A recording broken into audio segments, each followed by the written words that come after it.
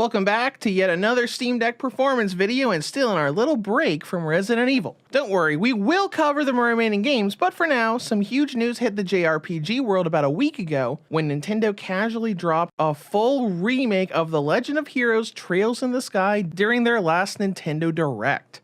As a result, I wanted to revisit the series, including the third Sky game that only released in English on PC, completely skipping the dedicated handhelds it actually was released on in Japan. So let's dive right in. Here is how I've gotten The Legend of Heroes Trails in the Sky the third to run on the original Steam Deck. For a bit of context, The Legend of Heroes is an expansive series of RPGs by Falcom. They're all gigantic time sinks with deep and involved plots that eventually weave together with each series, connecting in one enormous world. If you like RPGs with good and long stories, these are good, but expect a good 50 hours per game. Catching up on the series is a tall order. And with Trails in the Sky 3, it's technically a sequel to Trails in the Skies 1 and 2, but its plot is mostly disconnected from it. Many characters from those games do appear in its Phantasma dimension as playable characters, but the story beats of 3 are more or less to set up a lot of things in the greater canon of future games like Cold Steel and beyond. I probably wouldn't recommend playing this without playing Trails in the Sky 1 and 2 first, but it technically can be done.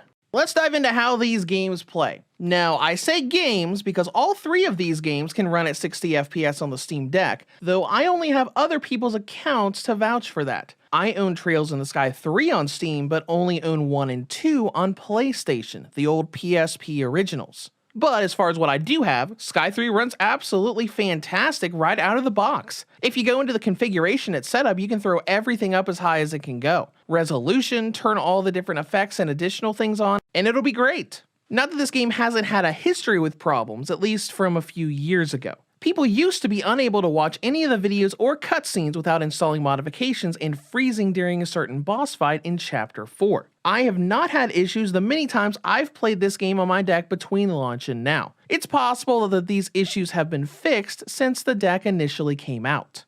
But going into a little bit more detail, I went into a bunch of different areas on my current save that's a pretty good bit into the game, and I got constant 60 FPS while navigating dungeons as well as doing battle with enemies. The cinematic skills you can use in battle are also fine, as well as turbo mode, the fast forward toggle built into the game that the original Trails in the Sky game sorely needed. The only times I ever saw frame drops were during transitions, going in and out of battle or going into doors to load into the next area or room. Those split-second drops went down to around 14 to 15, but only last a split second, and when you have control again, it's back at 60. And that's really all I have to say about this game's performance.